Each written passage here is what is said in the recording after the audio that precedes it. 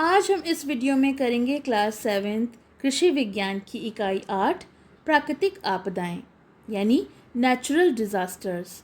इसमें हम 3 natural disasters के बारे में पढ़ेंगे। पहला है बाढ़, दूसरा है सूखा और तीसरा है भूस्खलन यानी फ्लड, ड्रॉट और लैंडस्लाइड्स।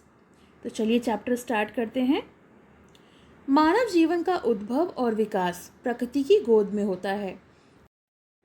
मानव अपनी सुख सुविधा के लिए प्रकृति से संसाधन प्राप्त करता है। तो प्राकृतिक संसाधन क्या होते हैं? जैसे कि शुद्ध हवा, शुद्ध पानी, मृदा यानी मिट्टी, वन, खनिज और जो भी जीवाश्मीय ईंधन यानी फॉसिल फ्यूल्स होते हैं, जैसे कि कोल और पेट्रोलियम, जिनसे प्राकृतिक गैस और कोयला प्राप्त होता है। तो मनुष्य से जो प्रकृति है उसकी स्वाभाविक संरचना प्रभावित होती है। आप उसका किस प्रकार से इस्तेमाल कर रहे हैं, उस तरह से उस पर काफ़ी ज़्यादा प्रभाव पड़ता है। प्राकृतिक संसाधन का उपयोग मनुष्य द्वारा जब अत्यधिक किया जाता है यानी बहुत ज़्यादा किया जाता है, तो जो प्रकृति का संतुलन है वो बिगड़ जाता है और उस पर प्रभाव प्रतिकूल पड़ता है। इन्हें प्राकृतिक आपदाएं कहते हैं। जब इस तरह से हमारी जो नेचर है वो डिसबैलेंस हो जाती है, तब कुछ प्राकृतिक आपदाएं यानी नेचुरल डिज़ास्टर्स जो हैं वो उत्पन्न होती हैं। इन आपदाओं पर ना तो मानव का कोई नियंत्रण होता है और ना ही इनका कोई समुचित समाधान होता है। कुछ सावधानियों से इन प्राकृतिक आपदाओं को कम तो किया जा सकता है, पर इन्हें पूर्णतः यानी पूरी तरह से रोका नहीं जा सकता।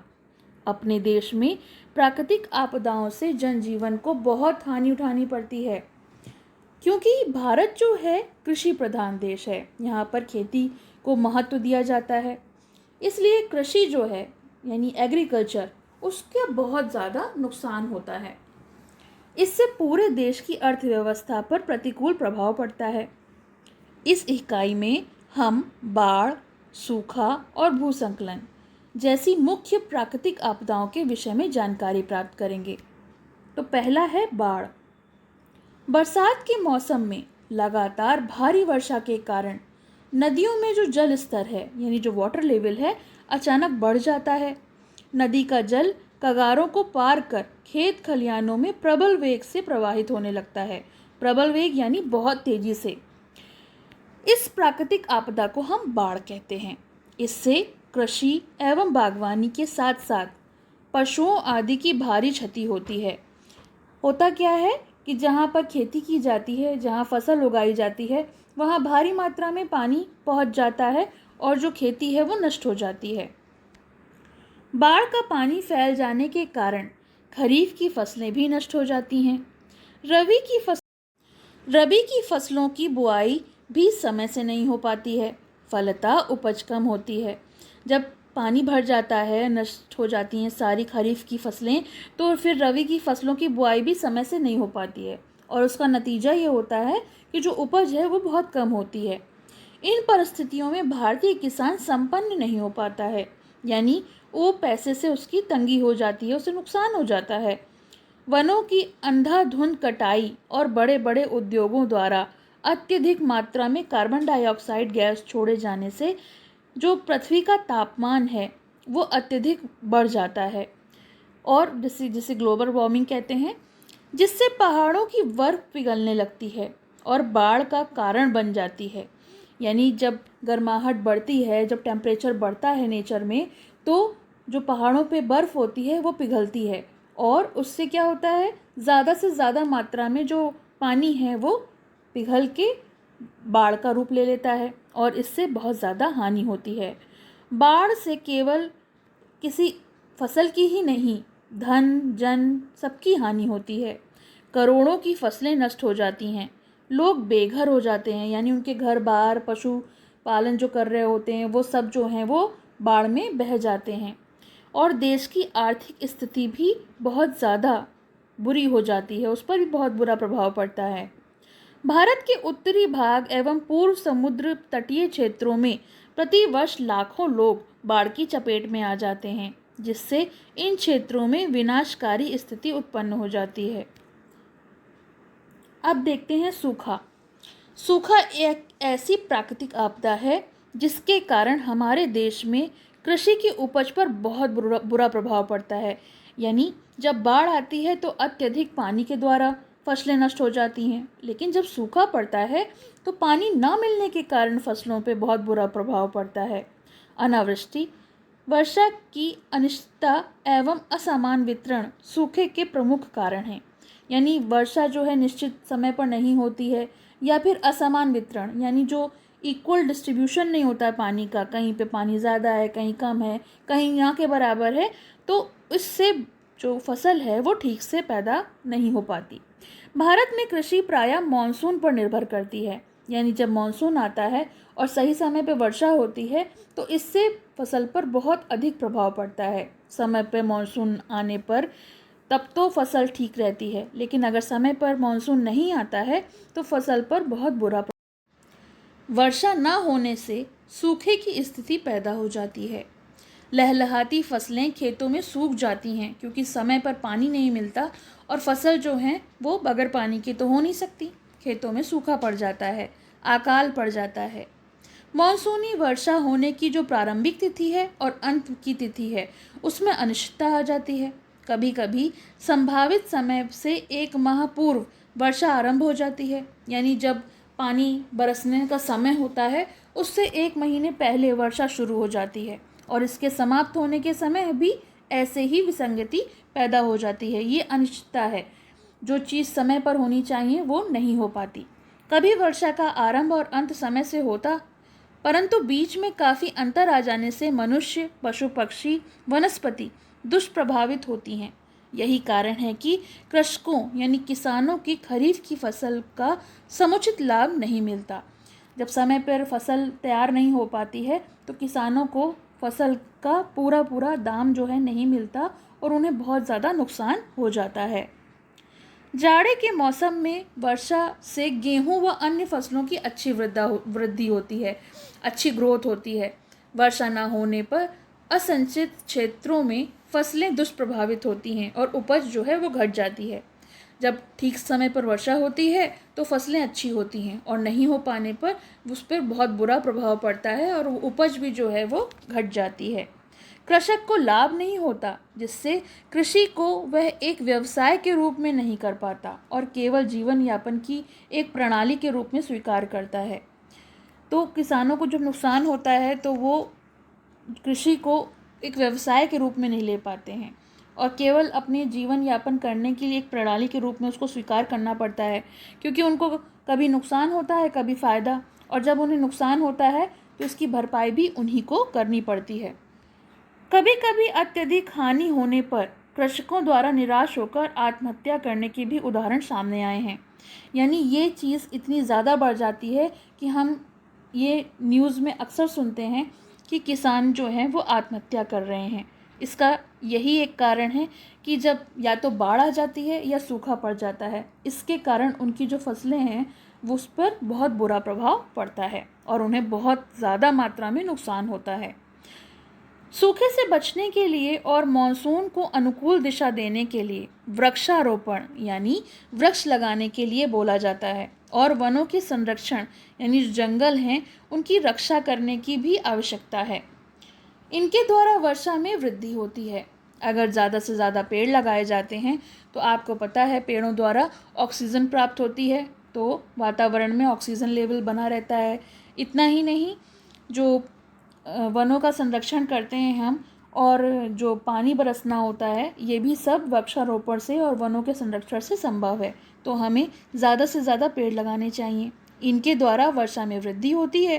वर्षा के जल को तालाबों में, झीलों में, बांधों में द्वारा एकत्र करने की भी कुछ हद तक सूखे से सुरक्षा की जा सकती है।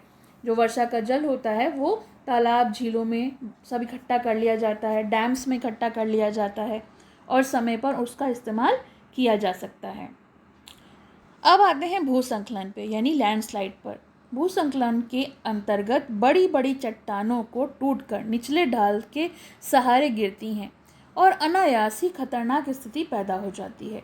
यदि वहाँ पर मानव आबादी है तो अत्यधिक क्षति होती है यानी नुकसान होता है, क्योंकि भूसंकलन में एक साथ चट्टानों का बड़ा भाग टूटकर गिरने लगता है।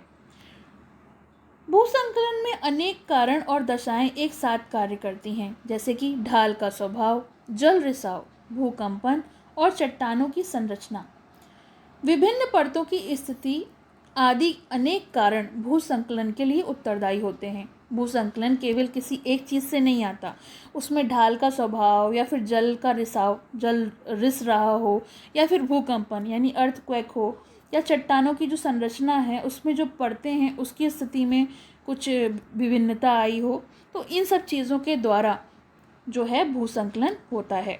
कभी कभी चट्टानों का निचला आधार खत्म हो जाता है और ऊपरी चट्टानों को ध्वस्त होकर गिरना आवश्यक हो जाता है, क्योंकि जब बैलेंस नहीं रहता, बेस सही नहीं रहता, तो फिर चट्टानें जो हैं वो टूटने लगती हैं। कभी कभी कोयले आदि की खानों में इतनी अधिक मात्रा में खनिज पदार्थों को निकाल लिया जाता है कि उनका आधार ही समाप्त हो जाता है और वह धंसने लगती हैं। वर्षा या बाढ़ आने पर बड़ी बड़ी नदियों के किनारे भारी मात्रा में कटाव हो जाता है और भूसंकलन होता है। भूसंकलन और बाढ़ के कारण अलकनंदा घाटी यानी जो उत्तरांचल में है, सन 1971 व 1989 के बीच हजारों मनुष्यों और पशुओं की मृत्यु हुई थी और वन संपदा का भी विनाश हुआ था। वन संपदा यानी काफ़ी भारी मात्रा में जो जंगल थे वो उजड़ गए थे। उत्तरांचल विशेष रूप से भूसंकलन प्रभावित क्षेत्र है, यानी वहाँ पर बहुत अधिक मात्रा में लैंडस्लाइड्स होती हैं। यही कारण है कि वर्षा ऋतु में बद्रीनाथ व केदारनाथ की यात्रा बाधित हो जाती है, रोक दी जाती है। इस क्षेत्र में भूसंकलन से जनधन की अपार हानि होती है। भारतवर्ष में राजस्थान, गुजरात, महाराष्ट्र, आंध्र प्रदेश विशेष रूप से प्राकृतिक आपदा से दुष्प्रभावित क्षेत्र हैं। इन राज्यों की कृषि संपदा और ग्रामीण अर्थव्यवस्था दिनों दिन दयनीय होती जा रही है। तो इसके उपाय पढ़ लेते हैं। प्राकृतिक आपदाओं से सुरक्षा के उपाय, किस तरह से इसकी सुरक्षा की जा सकती है, क्या उपाय किए जा सकते हैं जिससे इनको कम किया जा सके या टाला जा सके। प्राकृतिक आपदाओं में 100% बच पाना मनुष्य की क्षमता और शक्ति के बाहर है, यानी पूरी तरीके से हम इनसे बच नहीं सकते, मगर सावधानी रखने से इन आपदाओं से अपने आप को सुरक्षित रख सकते हैं। प्राकृतिक आपदाओं से सुरक्षा के उपाय निम्नलिखित हैं। पहला, अधिक से अधिक वृक्षारोपण करना, यानी पेड़ों को लगाना। वनों को पर्याप्त संरक्षण देना, यानी जो जंगल हैं उनको सुरक्षित। तीसरा, बड़े उद्योगों से निकलने वाली कार्बन डाइऑक्साइड गैस की मात्रा घटाना।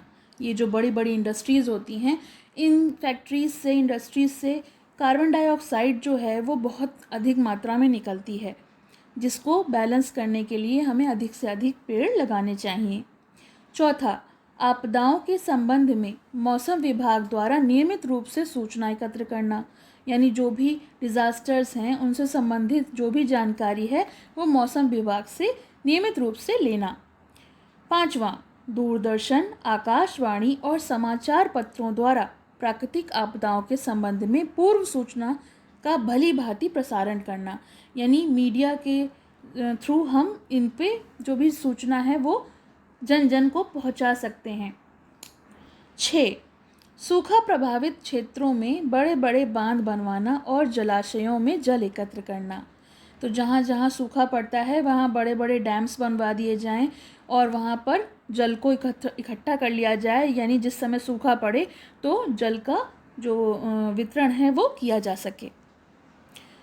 7वां, बाढ़ प्रभावित क्षेत्रों में नदियों के किनारे बांध बनाना, बिजली उत्पन्न करना और सिंचाई के लिए नहरें बनाना, यानी जहाँ पर बाढ़ प्रभावित क्षेत्र हैं वहाँ पर बांध बना दिए जाएं और बिजली उत्पन्न करवाई जाए या फिर सिंचाई के लिए नहरें बनवा दी जाएं, तो काफ़ी ज़्यादा यहाँ पर आराम मिल सकता है। आखिरी है, जनता और सरकार के समुचित सहयोग से जनजीवन सुरक्षित व संरक्षित रख सकते हैं तथा आपदाओं से बचा जा सकता है। तो हमें इस तरह से सहयोग करके अपने जीवन को सुरक्षित बनाने के प्रयास करने चाहिए और इन आपदाओं से बचने की कोशिश भी करनी चाहिए। अब हम देखते हैं अभ्यास के प्रश्न। सही उत्तर पे टिक का निशान लगाइए। तो पहला है प्राकृतिक आपदाओं के अंतर्गत आते हैं बाढ़, ख भूसंकलन, ग सूखा या फिर घ उपरोक्त सभी। तो इसका उत्तर होगा उपरोक्त सभी, यानी प्राकृतिक आपदाओं में बाढ़, सूखा और भूसंकलन तीनों आते हैं। दूसरा है बाढ़ प्रभावित क्षेत्रों में नदियों के तट पर बनाया जाता है का वृक्षारोपण, ख बांध, ग मेड़बंदी या घ उपरोक्त में से कोई नहीं। तो इसका सही उत्तर है ख बांध बनाए जाते हैं। तीसरा प्राकृतिक आपदाएं मानव जीवन के लिए हैं पहला अभिशाप, दूसरा खतरनाक, तीसरा विनाशकारी या चौथा उपरोक्त सभी।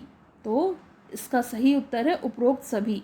अभिशाप भी है, खतरनाक भी हैं और विनाशकारी भी हैं। अब आते हैं प्रश्न 2 पे। निम्नलिखित पर सही का निशान और गलत पे क्रॉस का निशान लगाइए।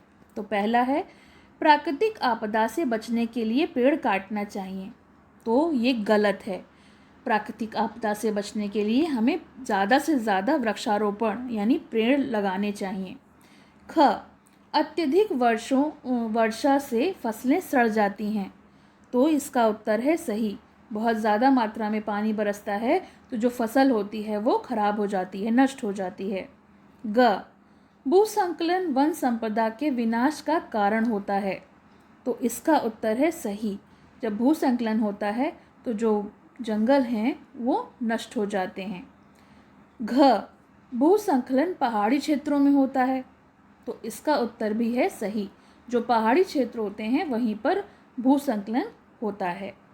अब इसके जो आगे के प्रश्न हैं उनको हम नेक्स्ट वीडियो में देखेंगे और वो मेरे दूसरे चैनल पर यानी डिग्निटी प्लस पर आपको मिलेंगे। तो आप उसे सब्सक्राइब करना ना भूलें और उसका लिंक मैं आपको डिस्क्रिप्शन में दे दूँगी। तो आप वहाँ से प्रश्नोत्तर देख सकते हैं। आपको ये चैप्टर कैसा लगा ये मुझे कमेंट सेक्शन में ज़रूर बताइएगा और पसंद आए तो लाइक का बटन दबाइएगा। ज़्यादा से ज़्यादा शेयर, पसंद आया हो तो लाइक करें, शेयर करें और चैनल को सब्सक्राइब करें।